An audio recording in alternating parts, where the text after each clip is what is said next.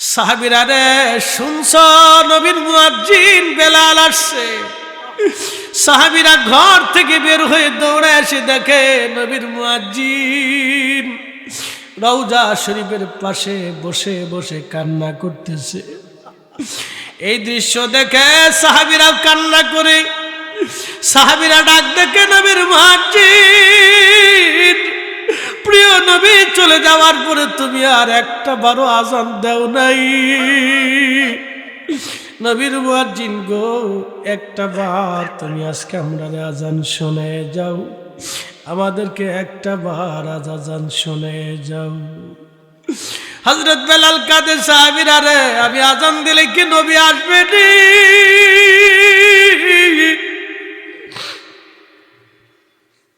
সাহাবীরা ডাক দেখে আমাদের কথায় বেলাল আজান দিবে না, যাও দেখো হাসান আর হুসাইন রাদিয়াল্লাহু আনহুমা আসেনি, এরা আওলাদে রাসূল, নবীর কলিজার টুকরো, এরা বললে বেলাল আজান দেবে, কারণ তাদের কথাও নবী কখনো ফেলে দেন নাই, তাদের আবদারও নবী রাখতেন, আশা করা যায় বেলালও তাদের আবদার রাখবে।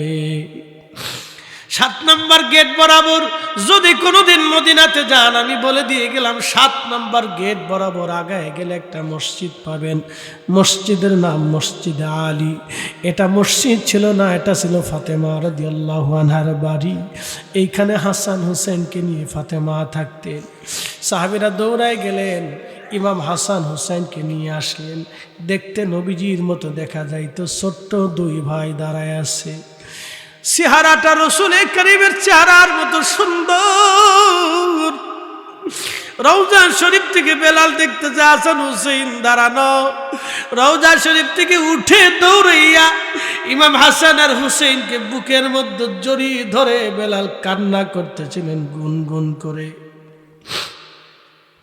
হযরত ইমাম হাসান ডাক দিয়ে বলল, নানার মুয়াজ্জিন, কতদিন হলো তুমি আমাদেরকে আজান শোনাও না?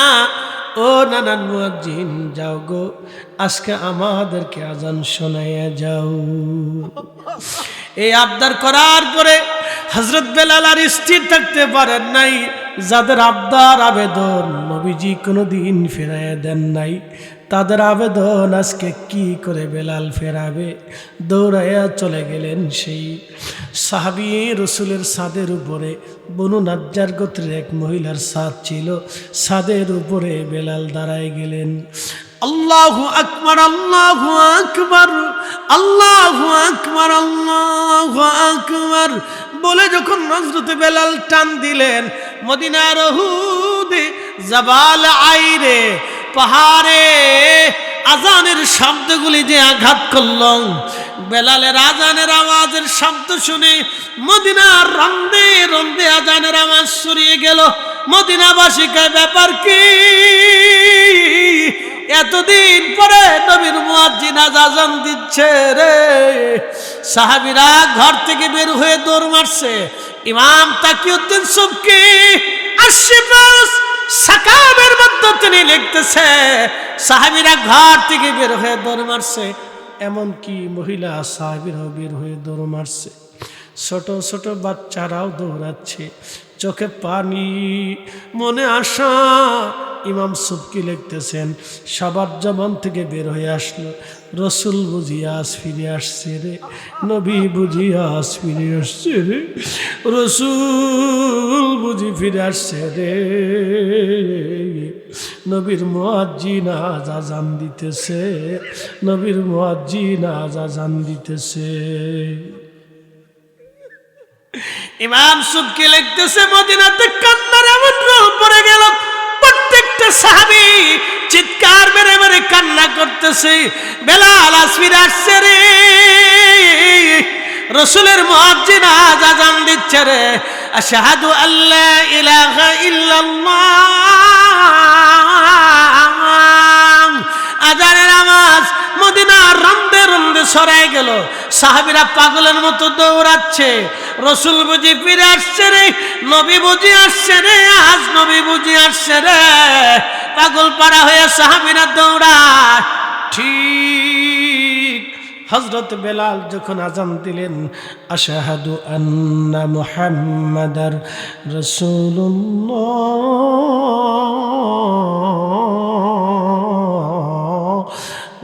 গত জুমার আগের জুমাতে যেমন মাটি কেঁপে উঠেছিল, ঠিক ওইভাবে মদিনার মাটিগুলি থারথার থারথার করে কেঁপে উঠল। মদিনার মাটিগুলি থারথার থারথার করে কাঁপতেছিল। পৃথিবীতে একজনের আযানে পৃথিবীর মাটি পর্যন্ত স্থির থাকতে পারে নাই। ইশকে রাসূলের বিরহ বেদনায়, একজনের বিরহ বেদনার আওয়াজে মাটি পর্যন্ত পাগল পড়া হয়ে গিয়েছিল। তিনি বেলাল আশিকে রাসূল, মুয়াজ্জিনে রাসূল বেলালের আযানে সেদিন মাটি পর্যন্ত থরথর থরথর করে কেঁপেছিল। নবীর মুয়াজ্জিন বেলাল অজ্ঞান হয়ে পড়ে গেলেন। সারা মদিনার মানুষ কান্নার আওয়াজ বেড়ে গেল। হাজার হাজার সাহাবীরা চিৎকার মেরে মেরে মেরে মেরে কান্না করতেছিল, আহা নবীজি আমরারে এতিম বানাইছে। হযরত বেলাল অজ্ঞান হয়ে পড়ে গেলেন, আর আযান দিতে পারেন নাই। বেলালের মতো আশিক যদি আমরা হইতাম, এ দুনিয়ায় নবীর দেখা পাইতাম, এ দুনিয়ায় নবীর দেখা পাইতাম।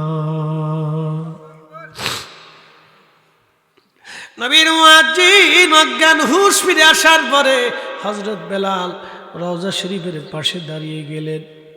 হুজুর, আমি আজ আসছিলাম, আযান দিয়েছি, নবীজি আপনি আসেন নাই। ইয়া রাসূলুল্লাহ, গোলামকে আসতে বলেছিলেন, গোলাম আপনার কদম মোবারকে আসছে। হুজুর, বিদায় নিয়ে চলে যাচ্ছি, দুনিয়াতে আর হয়তো জিয়ারত হবে না। ইয়া রাসূলুল্লাহ, গোলামকে বিদায় দিয়ে দেন। এই বিরহ বেদনা বেলালের সহ্য হবে না গো নবীজি। বিরহ বেদনা বড় কঠিন, বিরহ বেদনা বড় কঠিন, বিচ্ছেদের বেদনা বড় কঠিন, মাশুকের বিচ্ছেদের বেদনা বড় কঠিন, মাশুকের বিচ্ছেদের বেদনা বড় কঠিন। হে রাসূল, তোমায় ভালোবাসি, অন্তরে শুধু মুখে নয়, জান্নাতের আশায় নয় হে রাসূল, জাহান্নাম কেউ ডরি না। তোমায় পাওয়ার আশায় মন ছুটে যায় মদিনায়,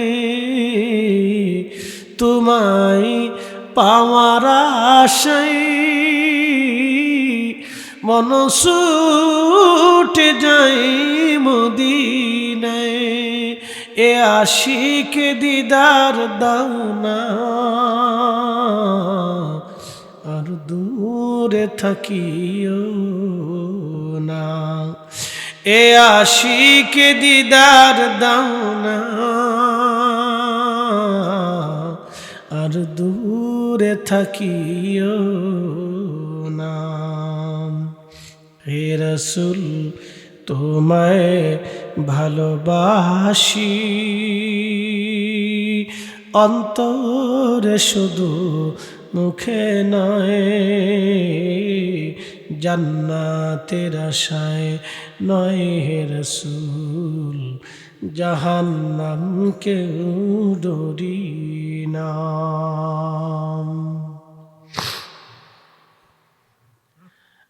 সিরাজগঞ্জবাসী,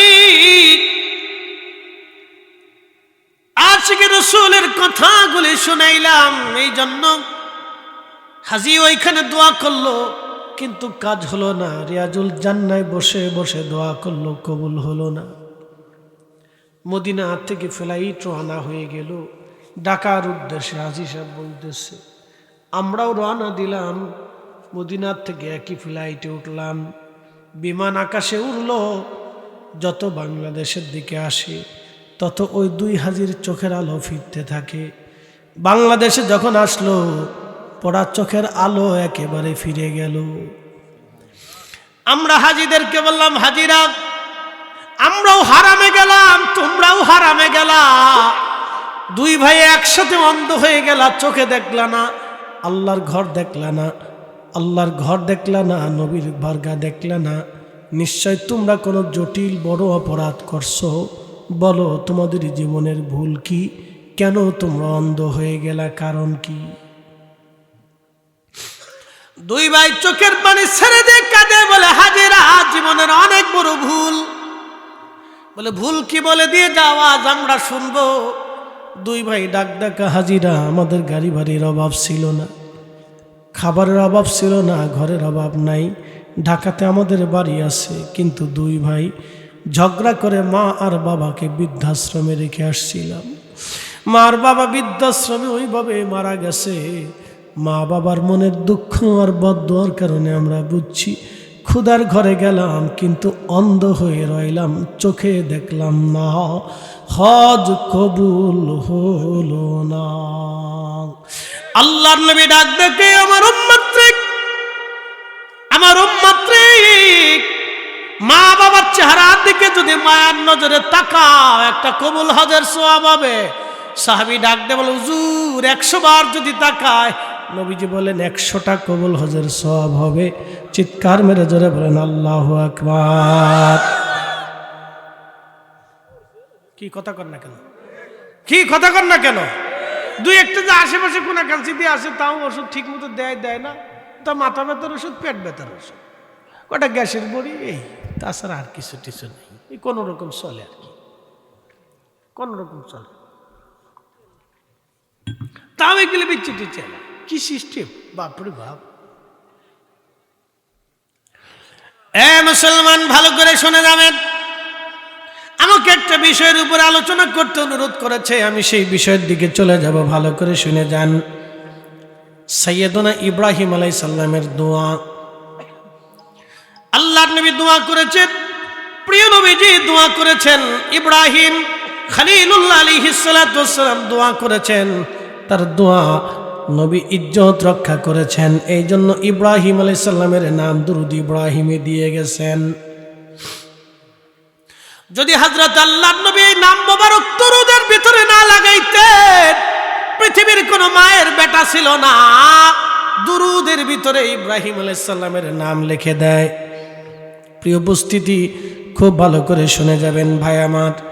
অনেক লম্বা ওয়াজ, নীতি দীর্ঘ আলোচনা, একেবারে লম্বা করেও কষ্ট দেব না, আবার কম করেও কষ্ট দেব না। ভালো করে শুনে যান। ভূমিকম্প আসবে, আকাশ থেকে পাথর নিক্ষিপ্ত হবে, দুর্ভিক্ষ আসবে, মহামারী আসবে, নানান রোগে রোগে রোগে রোগে জাতি জর্জরিত হয়ে যাবে, অভাব অনটন আসবে, গৃহযুদ্ধ বাঁধবে, নানান সমস্যা আসবে। যদি উম্মত কতগুলি কাজ করে, সেই কাজের ভিতরে একটা, গরিবের হক যদি মেরে মেরে খায়, রাষ্ট্রের হক যদি মেরে মেরে খায়, আর অভাবী এই যে আপনার ন্যায় বিচার অন্যায় বিচার যদি বেড়ে যায়, মিথ্যা যদি বেড়ে যায়, পিতামাতার খেদমত যদি বান্দা না করে, তাহলে একটার পর একটা বালা আকাশ থেকে জমিনে পড়তে থাকবে, পড়তে থাকবে। এই বালা কখনো শেষ হবে না। আমাদের এখনই সময় তওবা করা লাগবে। তওবা যদি না করেন, তাহলে আমাদের ভাগ্যের আকাশে সূর্য উদয় হবে না।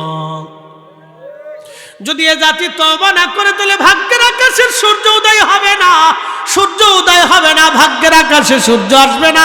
যদি এ জাতি এখনই তওবা না করে, তওবা না করে ভালো না হয়, পৃথিবীর বহু জাতিরা একসাথে বসে তারা দেশ গঠন করে, যে আমরা একসাথে বসলাম, বসে আমরা সুন্দর করে দেশ চালাই, সংসার চালাই, শুধু আমরাই একমাত্র বিচ্ছিন্ন থাকি। আমরা একত্রিত হই না, বসি না, সিদ্ধান্ত নিতে পারি না। আল্লাহ আমাদেরকে এই দেশের উপরে রহমত নাজিল করুক, জোরে বলেন আমিন। কোটি কোটি লক্ষ লক্ষ লক্ষ লক্ষ ওলিরা এই মাটির নিচে ঘুমিয়ে আছে, তাদের দোয়ার কারণে হয়তো টিকে আছি আমরা। কি কথা কর না কেন, ঠিক কিনা? তাদের দোয়ার কারণে টিকে আছি, নতুবা থাকার কথা না, নতুবা থাকার কথা না, থাকার কথা না ভাই আমার। তাহলে আমরা আমার নবী হযরত ইব্রাহিমের দোয়া, হযরত ঈসা নবীর সুসংবাদ, কত মূল্য, কত মর্যাদা আল্লাহ এই উম্মতকে দিয়েছেন। এত মর্যাদা, এত সম্মান আল্লাহ আমাদেরকে দিয়ে দিলেন, কিন্তু আমরা আমাদের সম্মান, আমরা মর্যাদা বুঝি না। একটু চিন্তা করেন, ডানে বামে খাবার যদি হারাম হালাল আসে, তারপর আমরা বাছাখোঁচা করি না। কিন্তু সেই দিন নবীর সাহাবীরা না খেয়ে থাকতেন, ক্ষুধার্ত থাকতেন, তারপরেও তারা কখনো হারাম খেতেন না। এমনও গেছে, নবীর সাহাবী হযরত আবু হুরায়রা রাদিয়াল্লাহু তাআলা আনহু বলতেছিলেন, দুনিয়ার মানুষে ক্ষুধার যন্ত্রণায় পেটের মধ্যে পাথর চাপা দিয়ে আমি মসজিদে নববীর বারান্দায় উপুর হয়ে পড়ে থাকতাম। মানুষ মনে করতাম আমার মৃগীর ব্যারাম হয়েছে, আমি ওইভাবে একেবারে অজ্ঞান হয়ে পড়ে থাকতাম। মানুষ আমার উপর দিয়ে ডেঙ্গায় ডেঙ্গায় চলে যাইত। ক্ষুধার যন্ত্রণা সহ্য করতে না পারে মসজিদে নববীর বারান্দার মধ্যে পাথর চাপা দিয়ে উপুর হয়ে পড়ে থাকতাম আমি। আপনি বুঝেন সেই দিন কত বড় অভাব ছিল। এখন তো এদেশের মানুষ ভিক্ষা করে খাইলেও 2 বেলা খাবার খেতে পারে, ঠিক আছে না?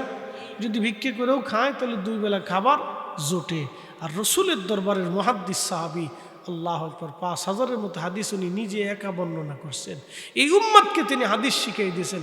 এক হিসেবে মুহাদ্দিসুদ দুনিয়া, দুনিয়ার সমস্ত মুহাদ্দিসদের লিডার তিনি। সাহাবী রাসূল আবু হুরায়রা রাদিয়াল্লাহু আনহু ক্ষুধার তাড়নায় পেটের মধ্যে পাথর চাপা দিয়ে রাখছে। হযরত সুমাইয়া রাদিয়াল্লাহু আনহা কালেমা পড়ার কারণে আবু জাহেল তারে ধরে নিয়ে গেল। এ নারী সমাজ ভালো করে শুনে যান, এ নারী সমাজ ভালো করে শুনে যান। হযরত সুমাইয়া রাদিয়াল্লাহু আনহা কালেমা পড়ার কারণে আবু জাহেলের দলেরা থেকে ধরে নিয়ে গেল। তিনি কৃতদাসী ছিলেন, সুমাইয়া রাদিয়াল্লাহু আনহা দাসী ছিলেন। আহা, বড় দরিদ্র অভাবী ছিল, বড় গরিব থাকার কারণে সমাজে তার কোনো মূল্য ছিল না। হযরত সুমাইয়াকে ধরে নিয়ে যাওয়া হলো। হাত পা গুলি বেঁধে আবু জেহেল একটা বর্শা হাতে নিয়ে হযরত সুমাইয়ার গুপ্তাঙ্গে বর্শা দিয়ে খুঁচি খুঁচি নির্মমভাবে, পৈশাচিকভাবে তাকে শহীদ করা হয়েছিল। আহা, পৃথিবীর মানুষ সেই দিন নীরব হয়ে দাঁড়িয়ে দাঁড়িয়ে দেখেছিল। সেই দিন কেউ প্রতিবাদ করে নাই। হযরত সুমাইয়া চিৎকার মেরে চলে, ইয়া রব, রব্বানা লা তুজি কুলুবানা বাদা ইয হাদাইতানা। আল্লাহ গো, হেদায়েত দেওয়ার পরে গোমরা বানাইয়া দিও না। আল্লাহ আমার ঈমান দিছ, ধৈর্য ধরার তৌফিক দাও, আর আমাকে শহীদ করে দিচ্ছে। আল্লাহ, কঠিন এই অত্যাচার আপনি বুঝেন, কত নির্মম, কত নির্মম। একজন নারীর জন্য কত ভয়াবহ সময় ছিল। ওইভাবে থেকে খুঁচি খুঁচি নির্মমভাবে আঘাতে আঘাতে জর্জরিত করে হযরত সুমাইয়াকে শহীদ করা হয়েছিল। হযরত সুমাইয়া জীবন দিয়েছিলেন, ঈমান দেন নাই। নারীরা রে, আজকে শ্বশুরের পাতে 2টা ভাত বাড়তে তোমার কষ্ট হয়, আজকে শাশুড়ির পাতে 2টা ভাত বাড়তে তোমার কষ্ট হয়ে যায়, আজকে স্বামীর সাথে সুন্দর ব্যবহার করতে তোমার কষ্ট হয়ে যায়, স্বামীর আমানত রক্ষা করতে তোমার কষ্ট হয়ে যায়। বোন আমার, সেই দিন ঈমানের জন্য একজন নারী নিজের জীবনকে এইভাবে শাহাদাতের পেয়ালায় বিলিয়ে দিয়েছিলেন, তারপরও ঈমান ছেড়ে দেন নাই, ঈমান ছেড়ে দেন নাই। আমার দেশের কত সুমাইয়া সন্তান রেখে অন্য পুরুষের সাথে পালায়া চলে যায়। কি কথা কন না কেন, ঠিক কিনা? আমার দেশের কত সুমাইয়া নারী সন্তান রেখে অন্য পুরুষের সাথে হারিয়ে পালিয়ে চলে যায়। মা সমাজ, এ নারী সমাজ, আপনারা শুনে যান, যদি নারী হন তো সুমাইয়ার মতো নারী হয়ে যান। রাতের আধারে রাবেয়া বস্তির তাঁবুর ভিতরে বাতি জ্বলতেছে।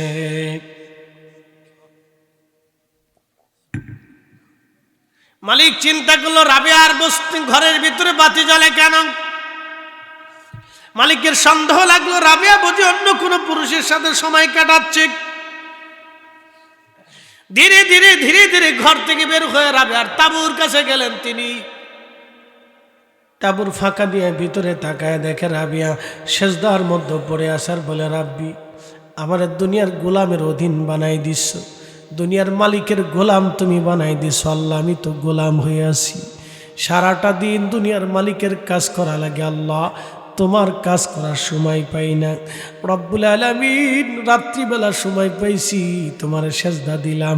আল্লাহ গো তুমি বেজার হইও না, আল্লাহ তুমি বেজার হইও না, রাবেয়ার উপরে তুমি রাগ কইরো না গো আল্লাহ। আর আমাদের দেশে বহু নারী আছে 6 মাসে ওযু করে না, 6 মাসে ওযু করে না। ফুচকার দোকানে কি পরিমাণে যে ফুচকা বিক্রি হয়, মাহফিল হলে মার্কেটে বেডারাও হাটে বেডিরাও হাটে সমান তালে। কি কথা কন না কে? সমান তালে কিনতেছে লটপটি আর চটপটি, বাদাম আর চানাচুর। বেডিরা চিন্তা করে বেডারা যদি মার্কেট করতে পারে তা আমি যাব না কে? সমান অধিকার, এই জন্য মার্কেটে চলে আসলাম। অসুবিধা নাই, মার্কেট করতে থাকেন। রাবেয়া বসরি রাতের আধারে সেজদার মধ্যে পড়ে রাব্বি দুনিয়ার মালিকের অধীন বানাই দিয়েছেন আল্লাহ, তোমার ডাকার সময় পাই না, এখন সময় পাইছি আল্লাহ, তুমি কিন্তু বেজার হইও না। এইভাবে সেজদায় পরে যখন রাবেয়া কান্দে, রাবেয়ার মালিক চিন্তা করে হাই হাই আমি কারে দিয়ে কাজ করাই। রাবেয়া তো সাধারণ ব্যক্তি না, সাধারণ নারী না। সকালবেলা মালিক ডাক ডাকে, রাবেয়া তোমার কাজ করা লাগবে না, তোমার ছুটি। রাবেয়াকে মালিক কাজ যদি না করি আমি কোথায় আশ্রয় নেব? আপনি তো আমার মালিক, আমি তো আপনার গোলাম। বলতেছেন আরে রাবেয়া তোমার কাজ লাগবে না, তোমাকে একবারে মুক্ত করে দিলাম। রাবেয়া কয় মালিক তাহলে আমি কোথায় যাব? বলে চিন্তা করা লাগবে না রে রাবেয়া, আমি জেনেছি রাত্রিবেলা তুমি এমন মালিকের কাজ করো, তিনিও আমারও মালিক তোমারও মালিক। রাবেয়া রে যা, আজকে থেকে আমার বাড়ি খাবি থাকবি ঘুমাবি, কিন্তু ওই মালিকের কাজ তুমি করবা। আল্লাহু আকবার। না না হয় না, আরো জোরে বলে। আর আমাদের ঢাকার শহরে বেডিরা কাজের বেডিরে ধরে ধরে মারে। কাজের মাইয়া গরিব মানুষ, আহা মাঝে মধ্যে খবরে আসে, আর কত যে খবরে আসে না ওদের তো হিসাব নাই, খুব মারে। পারছি আজ পর্যন্ত আমরা এই শিশুদের অধিকার ফিরাই দিতে পারছি? আচ্ছা বলেন তো, একটা ছোট্ট বাচ্চা বাড়িতে কেন কাজ করবে বলে? ওই মেয়েটা যদি আপনার মেয়ে হতো, আমার মেয়েটা হতো, বলেন কলিজার ভিতরে ব্যথা করতো না? একটা মেয়ে কি করে একজন বাড়ির মালিকের বাড়িতে কাজ করতেছে, 24টা ঘন্টা কাজ করবে, 24টা ঘন্টা সে কাজ করে। এটা আন ওটা আন সেটা আন, রান্না কর, পানি আন, চান, এটা আন সেটা আন, কাপড় ধো, পরিষ্কার কর। আর পানিতে চুন খুশলি তো মনে করেন যে বেডি তো এমন বেডির বেডি, উড়ে বাপরে বাপ, শয়তানও ওর কাছে ফের। ওর ব্যবহার শুনলে কুত্তাও দৌড়ায়। এই কথা কর না কেন, জোরে বলেন। ঢাকার শহরে এরকম কিছু বাড়িওয়ালা বেডি আছে, তার ব্যবহার এত নিকৃষ্ট, ওর ব্যবহার দেখলে কুত্তা পর্যন্ত দৌড়ায়। বাপরে বাপ, এই বেডি তো মারাত্মক বেডির বেডি, কুত্তা পর্যন্ত ডরায়। মানুষ সে তো করে নিকৃষ্ট কি করে হয়? কুত্তার সেই তো নিকৃষ্ট। কষ্ট হচ্ছে আপনাদের? চলবে? মানুষ হইয়া ভবেতে আসিয়া মানুষের করিলাম কি? আমি নবী না মানিলাম কি যে ভুল করিলাম, আমি নবী না মানিলাম কি যে ভুল করিলাম, ভস্মে ঢালিলাম ঘি। মানুষ হইয়া ভবেতে আসিয়া মানুষের করিলাম কি?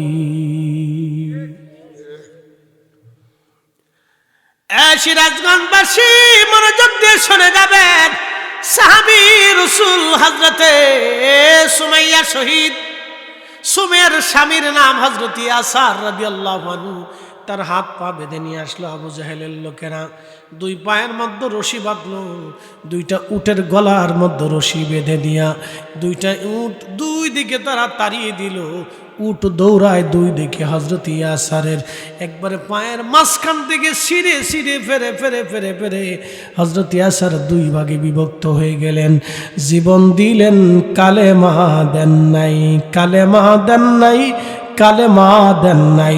এই জন্য মুসলমান হলে শুধু পোশাকে মুসলমান হলে হবে না, নীতিতে মুসলমান হতে হবে। নীতিতে মুসলমান হতে হবে, শুধু পোশাকে হলে হবে না। আমি মালদ্বীপ গেছি মাহফিল করার জন্য, ডানে তাকাই দেখি জুব্বাওয়ালা নাই, বামে তাকিয়ে দেখি জুব্বাওয়ালা নাই, সামনে তাকায় দেখি জুব্বাওয়ালা নাই, পিছনে তাকায় দেখি জুব্বাওয়ালা নাই, শুধু আমি একাই জুব্বাওয়ালা। ওরা আমার দিকে তাকায় তাকায় থাকে, ভাবে এটা কোন আরাবিয়ান আমাদের দেশে আসছে। আমি তো একটু লম্বা চওড়া না, জুব্বা চাব্বি গায়ে দিয়ে ঘুরতেছি, তো মনে করছে কোন আরাবিয়ান আসছে। তো জুব্বা শুধু আমি ডানে, আমি বামে, আমি সামনে, আমি পিছনে, আমি ছাড়া জুব্বা নাই, আমি ছাড়া টুপিওয়ালা নাই, নামাজ পড়ে টুপি ছাড়া। 100% মুসলমানের মাথায় কোনো টুপি নাই, কিন্তু ওরা নীতিতে মুসলমান। বলে নীতি কি? চুরি করে না, ডাকাতি করে না, মিথ্যা বলে না, মানুষ ঠকায় না, অন্যের মাল হরণ করে না, অন্যের সম্পদ নিয়ে যায় না। ওরা লেখাপড়া করে কাজবাজ করে, চাকরি বাকরি করে। ওরা ঘুষ খায় না, অন্যায় করে না, ধর্ষণ করে না, অন্যের নারী নিয়ে ফালায় না। ওরা এই যে দেখবেন কাজ করে খায়। ওদের দেশে কত শান্তি, কোনো ঝামেলা নাই, কোনো গন্ডগোল নাই, চুরি নাই, বাটপারি নাই, সিটারি নাই, খাবারে ভেজাল নাই, পানিতে ভেজাল নাই, মাছে ভেজাল নাই, ডালি ভেজাল নাই, চালি ভেজাল নাই, ফলে ভেজাল নাই, কোনো কিছুই ঝামেলা নাই। ওরা নীতিতে মুসলমান। কিসে মুসলমান? কথা কর না জি, জোরে বলো, জোরে জোরে। ওরা নীতিতে মুসলমান, ওরা সাজে মুসলমান না, ওরা নীতিতে মুসলমান। এখান থেকে একটা মেয়ে ছেলেকে যদি আপনি ছেড়ে দেন, 16 থেকে 20 বছর একটা সুন্দরী মেয়েকে যদি রাস্তায় ছেড়ে দেয়, বোরকা টোরকা পরেও ছেড়ে দেন, আর যদি বলেন বোন আমার তুমি ঢাকা শহর থেকে ঘুরে আসো, 100% ওই মেয়েটা ঢাকা যায় একা একা ফিরে আসবে, বাংলাদেশে গ্যারান্টি। জোরে জোরে জোরে জোরে বলে আছে। তাহলে 85% মুসলমান। বুঝে যান কিতা মুসলমান, আমরা ওই কিতা মুসলমান হয়েছি। আমরা খালি মিলাদের পিছনে পড়ে রয়েছি, খালি এটার পিছনেই পারি, আর কিচ্ছু পারি না। দুয়ার পিছনে পড়ে রয়েছে, এটা বন্ধ করো।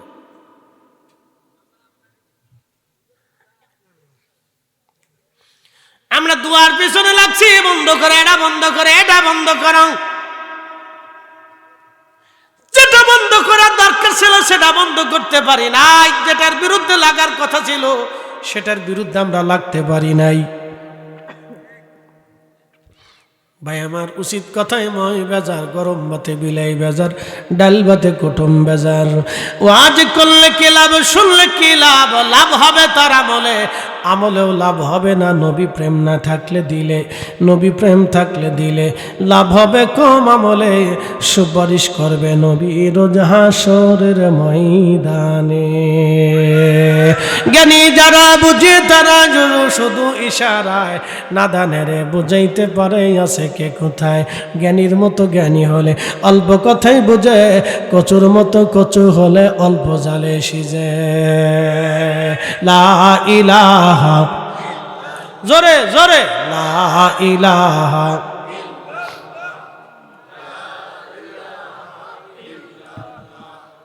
লা ইলাহা, লা ইলাহা। আসিয়া বলে আল্লাহ আল্লাহ, ফেরাউন দিছে কত জ্বালা। আল্লাহ বলেন ও জিবরাইল, আল্লাহ বলেন ও জিবরাইল, খুলো হে জান্নাতের তালা। লা ইলাহা, জোরে লা ইলাহা,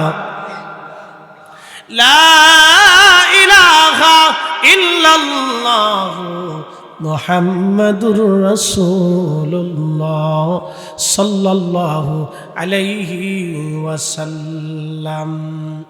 এদেশের মুসলমানের ভিতরে যদি খুঁজে, ভূমিকম্প আসবে, মহামারী আসবে, টর্নেডো আসবে, বিপদ আসবে।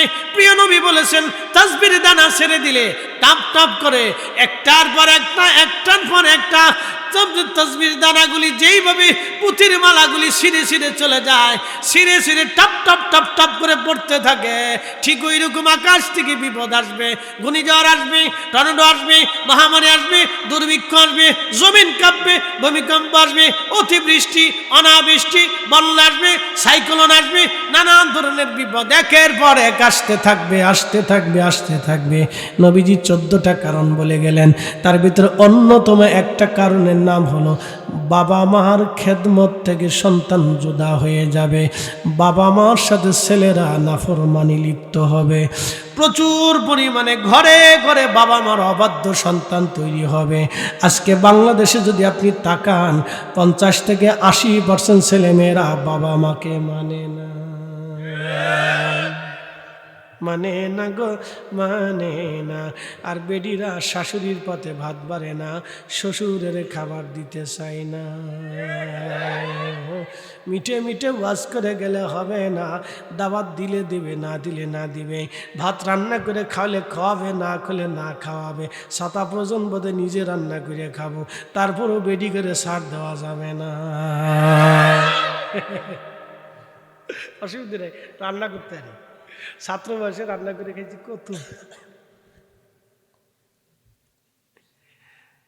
আমার এবার বাড়িওয়ালা কই দিচ্ছে, সাবধান, বেডিগের বিরুদ্ধে ওয়াজ করবা না, কিন্তু যদি আমি সরি তাহলে কিন্তু আর রান্না বান্না হবে না। 12 নম্বর সিগন্যাল দিয়ে রাখছে। আমি কিছু অসুবিধা নাই, আমি সিস্টেম করি কবারি, টেনশন নিতে পারি, আমি সিস্টেম করে কবারি, অসুবিধা নাই, তুমি চিন্তা করো না, তোমাদের পক্ষেই কইতে হবে না তো বিপদ। ঘরের ভিতরে ঘূর্ণিঝড় বাঁধলে তো বিপদ না, তো ঘর ঠিক রাখতে হয়। আমি তো, তোমরা তো আল্লাহ দুনিয়াতে সব জায়গায় তোমরা দিয়ে দিচ্ছে আল্লাহ, সব জায়গায় সব, অসুবিধা নাই। নারী সমাজ ভালো করে শুনে যান, সন্তানরা যখন পিতামাতার থেকে বহু দূরে চলে যাবে, ভূমিকম্প আসবে, এটা আমার কথা না ভাই। 1450 বছর আগে সোনানুত তিরমিজিতে রাসূল করিম সাল্লাল্লাহু আলাইহি ওয়াসাল্লাম এভাবে শিক্ষা দিয়ে গেছে, উম্মত আকাশ থেকে বিপদ আসতে থাকবে যদি সন্তানরা পিতামাতার সাথে নাফরমানি করে। আপনাদের এই লালমনিহাট আছে না, লালমনিহাটে একটা থানা আছে হাতিবান্ধা, কত হাতি যে বাইন্ধে রাখছে আল্লাহ জানে। হাতিবান্ধা থানা একটা বাজারের নাম হচ্ছে গুতামারি। আমি বললাম আপনার কি গুতা মারেন? না, গুতা মারি না। তো বাজারের নাম গুতামারি রাখছে কেন? মুরব্বীরা রাখছে, যাক ভালো। তো গুতামারি বাজার, ওই এলাকায় মাহফিলে গেছি, এক ভদ্রলোক সভাপতি, তিনি হাজি সাহেব মানুষ, শিক্ষিত মাস্টার সাহেব, তো উনি বলতেছিলেন যে করোনার আগে আমি হজে গেছি, তা আমাদের ফ্লাইটে, আমাদের যে গ্রুপ আছে এই গ্রুপে একই ফ্লাইটে আমরা 150 হাজি যাচ্ছিলাম। তো বিমানে উঠছি, বিমানে ওঠার পরে আমরা রওনা দিছি, বিমান ফ্লাই করে জেদ্দা বন্দরে বিমান নামছে। নামার পরে হাজি সাহেব বলতেছে আমাদের সাথে একই গ্রুপে 2 ভাই একসাথে হজ করতে যাচ্ছে। জেদ্দায় বিমান নামার পরে 2 ভাই একসাথে অন্ধ হয়ে গেল। শুনে যাবেন বেডিরা, ভালো করে শুনে যান, মা বোনরা, মন খারাপ করেন না। গজব থেকে যদি বাঁচতে চান, আল্লাহর কসম করে বলি, এটা কোরআন কিতাবের ওয়াজ না, এটা বাংলাদেশে ঘটে যাওয়া এক বাস্তব ওয়াজ শোনাচ্ছি। 2 ভাই একসাথে অন্ধ হয়ে গেল। তো মুআল্লিম যিনি ছিলেন তিনি চিন্তা করলেন আমি তো হাজি আনছি, হস্ত করাইতে হবে। তো ডাক্তার দেখাইলেন, চোখের ডাক্তার বলল চোখে কোনো রোগ নেই, কথা সত্য, কিন্তু তারা চোখে দেখে না, এটাও সত্য। তো মুআল্লিম গাইড নির্বাচন করে দিলেন যে এদেরকে হজ করাইতে হবে। যাক, যে কোনো কারণে চোখ অন্ধ হয়েছে, হজ তো আর মিস করানো যাবে না, তো হজ করার জন্য গাইড নির্বাচন করে দিয়েছে, হজ চলতেছে। 2 অন্ধ হাজি, 1 ভাই, 2 ভাই একসাথে কাবা শরীফে খোদার ঘরের কাছে নিয়ে যা হলো। আল্লাহর ঘর ধরে 2 হাজি 2 ভাই দোয়া করে, কিন্তু চোখ ভালো হলো না। মাকামে ইব্রাহিমে নামাজ পড়ে দোয়া করলো, কিন্তু চোখ ভালো হলো না। সাফা মারওয়াতে যাইয়া সাই করার পরে দোয়া করলো, কিন্তু চোখ ভালো হলো না। হাজি কাবা ঘর ধরে ধরে কান্না করলো, চোখ ভালো হলো না। সিরাজগঞ্জবাসী ভালো করে শুনে যাবেন, দুই ভাই একসাথে দোয়া করলো কিন্তু চোখ ভালো হলো না। দুই অন্ধ। হজের আনুষ্ঠানিকতা শুরু হয়ে গেল। হাজিদেরকে মিনাতে নিয়ে যাওয়া হলো। মিনায় বসে বসে হাজিরা দোয়া করলো, চোখ ভালো হলো না। মিনার থেকে আরাফাতে রওনা দিয়ে আরাফায় গেল। যারা হজ করেছেন তারা জানেন, আরাফার ভিতরে এমন কোন তাবু নাই যে তাবুতে আরাফাতের দিনে কান্নার আওয়াজ না আসে। হাজিরা চিৎকার মেরে মেরে মেরে মেরে কান্না করে। কারণ আরাফাতের মাঠ এমন একটা মাঠ যে মাঠে দোয়া করলে আল্লাহ আসমান থেকে দোয়াগুলি কবুল করে নেয়। হাজির দোয়া ওইখানেই মূলত কবুল হয়ে যায়। হাজি আরাফাতের মাঠে যখন কান্না করে তখন হাজির দোয়া কবুল হয়ে যায়। আল্লাহ সাথে সাথে হাজির দোয়াকে কবুল করে নেয়। হাজি আরাফাতে কান্না করলো কিন্তু চোখ ভালো হলো না। ও মুসলমান, দুই ভাই রওনা দি আরাফাত থেকে মাগরিবের সূর্য ডুবার পরে হাজিরা রওনা দেয়, মুজদালিফায় আসে। মুজদালিফায় এশা এবং মাগরিবের নামাজ একসাথে পড়ে। এশা এবং মাগরিবে একসাথে নামাজ পড়ে হাজি মুজদালিফায় কান্নাকাটি করলো কিন্তু দুই ভাইয়ের চোখ ভালো হলো না। ওখান থেকে 21টা পাথর নিয়ে হাজিরা রওনা দেয়। ফজরের নামাজ পড়ে হাজি রওনা দিল। 30 থেকে 40 লক্ষ হাজি একসাথে হাঁটা শুরু করে। মিনার পাশ দিয়ে হেঁটে হেঁটে তারা জমারতে আসবে শয়তান রে পাথর মারার জন্যে। আজকে শয়তান রে পাথর মারবো, শয়তান রে। হাজি হেঁটে হেঁটে জমারতে আসি শয়তানকে পাথর মারার জন্য। শয়তানও দাঁড়ায় থাকে, দেখি কোন হাজি আমার আজকে পাথর মারার জন্য আসে। দেখে এর ভিতরে কিছু সুইদে হাজি আসে, কিছু ঘুষে হাজি আছে। এমন হাজি আছে অন্যের জমি মেরে দিছে, আজ পর্যন্ত ফেরত দেয় নাই। অন্যের দোকান জোর করে দখল করে নিছে, দোকান ফেরত দেয় নাই। বনের জমি দখল করছে, কোনোদিন আর ফেরত দেয় নাই। এমন হাজি ওইখানে যায় শয়তানরে পাথর মারার জন্য। যখন পাথর মারে শয়তানে হাসে, কয় রে তুই সিটার আইছিস, আমি সিটার রে পাথর মারার জন্যে।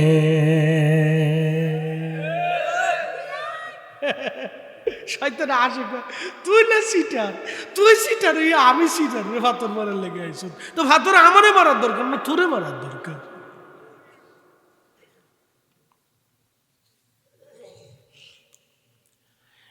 সিরাজগঞ্জবাসী হাজি মিনাতে এসে দোয়া করলো, ফরজ তাওয়াফ করে দোয়া করলো, আল্লাহর ঘর ধরে ধরে বারবার অন্ধ হাজিরা দোয়া করলো কিন্তু চোখ ভালো হলো না।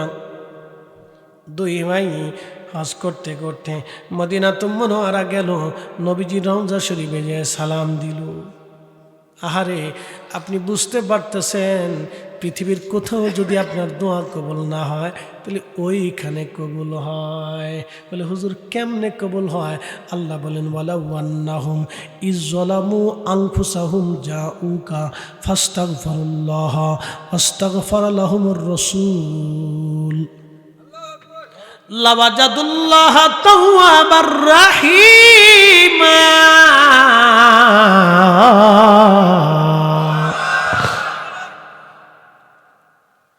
রে বান্দা, নিজের নফসের সাথে যদি জুলুম করো, অনেক অপরাধ করে ফেলছো, তোমার তওবা কবুল হয় না, কোথাও তোমার মাফ হয় না, ভয় পাইও না।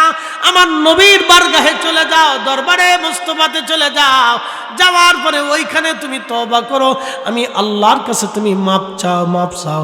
যদি তোমার ব্যাপারে আমার রাসূল রিকমেন্ড করে, সুপারিশ করে, তাহলে লাওয়াজাদুল্লাহ তাওয়াবার রাহিমা।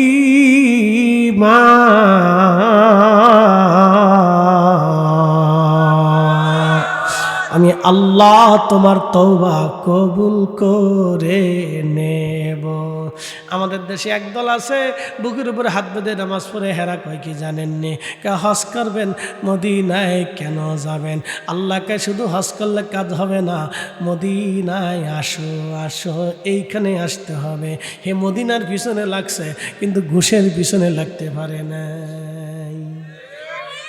হে মদিনার পিছনে লাগছে শয়তানের ঘুরাইয়া ওইদিকে লেগেছে, তুই এত ওয়াজ কর। এদেশের লক্ষ লক্ষ ছেলেরা বাপ মাকে মারে, লাঠি দেয়, ধমক দেয়, মারে, পিটায়, খাবার দেয় না, ওষুধ কিনে দেয় না, চিকিৎসা করায় না। কথা কর না কে, জোরে বলেন। ও জাহান্নামে চলে যেতেছে আস্তে আস্তে ছেলেরা, ও তার দিকে তাকাবে না, ও মদিনার বিরুদ্ধে ওয়াজ করতেছে। আল্লাহ ওরে টেন্ডার দিয়ে পাঠাইছে। এ মুসলমান ভালো করে শুনে যাবেন হাজিরিন, আল্লাহ ডাক দেখো, ওইখানে যাও, যাইয়া তুমি তওবা করো, আমি আল্লাহর কাছে মাপ চাও।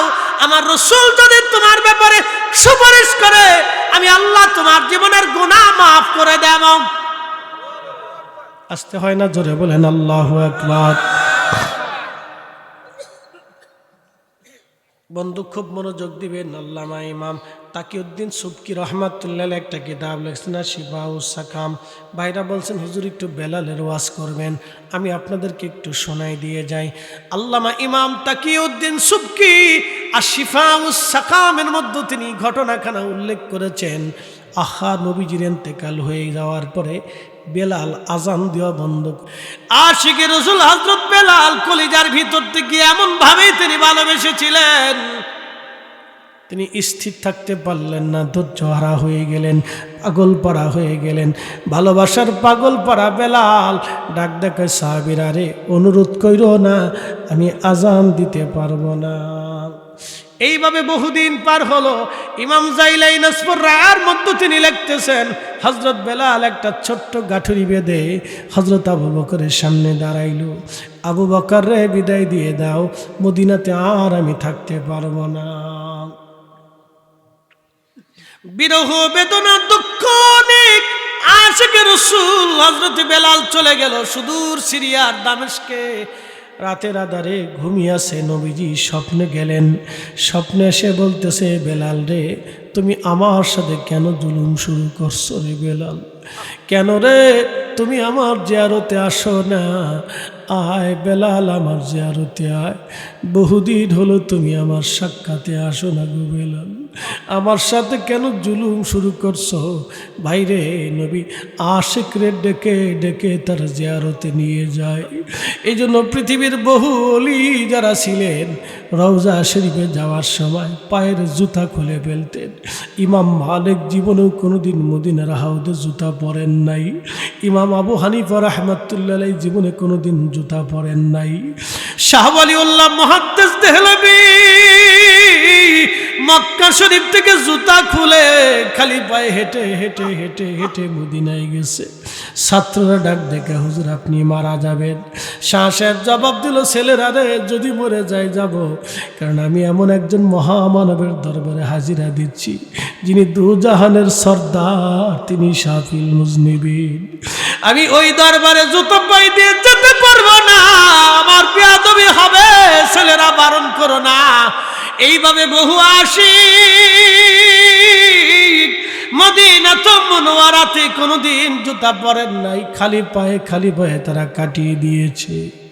এটা দরবারে মোস্তফার আদব। আল্লাহর নবী ডাক দিলেন, বেলাল আসো, আমার জিয়ারতে আয়। বেলাল রে, কতদিন হলো তুমি আমার জিয়ারতে আসো না? আমি জানি প্রেমে পাগল সে তো মদিনা, আরে প্রেমানলে পুরি মুরি, প্রেমানলে পুরি মুরি, ওহে রব্বানা। আমি জানি প্রেমে পাগল সে তো মদিনা। বুঝতে পারতেছেন নবীজি ডাকতেছে, বেলাল স্বপ্ন দেখার পরে আশিকে রাসূল পাগল পারা হয়ে সুদূর সিরিয়া থেকে রওনা দি, একাধারে রওনা দি, হেঁটে হেঁটে হেঁটে হেঁটে সাওয়ারিতে চড়ে চড়ে শত শত মাইল পার হয়ে মদিনাতুল মুনাওয়ারায় আসলেন। যখন তিনি মদিনা শরীফে ঢুকলেন, তখন ছিল তাহাজ্জুদের সময়। রওজা শরীফ কাঠের জালি দিয়ে ঘিরে রাখা ছিল। ইমাম তাকিউদ্দিন সুবকি শিফাউস সাকামের মধ্যে তিনি লিখতেছেন রওজা শরীফের পাশে হযরতে বেলাল জালি মুবারকের সঙ্গে মাথাখানা ঠেকাইয়া গুন গুন করে কাঁদে। নবী গো, গোলামকে আসতে বলেছিলেন, গোলাম আপনার কদম মুবারকে আসছে। ইয়া রাসূলুল্লাহ,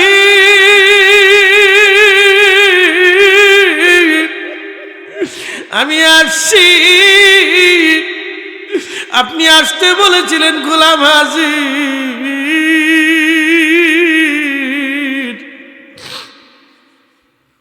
রওজা শরীফে বসে বসে নবীর আশেক বেলাল কান্না করতেছিল। আহা, সেই দিনের এই কান্না দেখে নতুন মুয়াজ্জিন ডাক দিছে,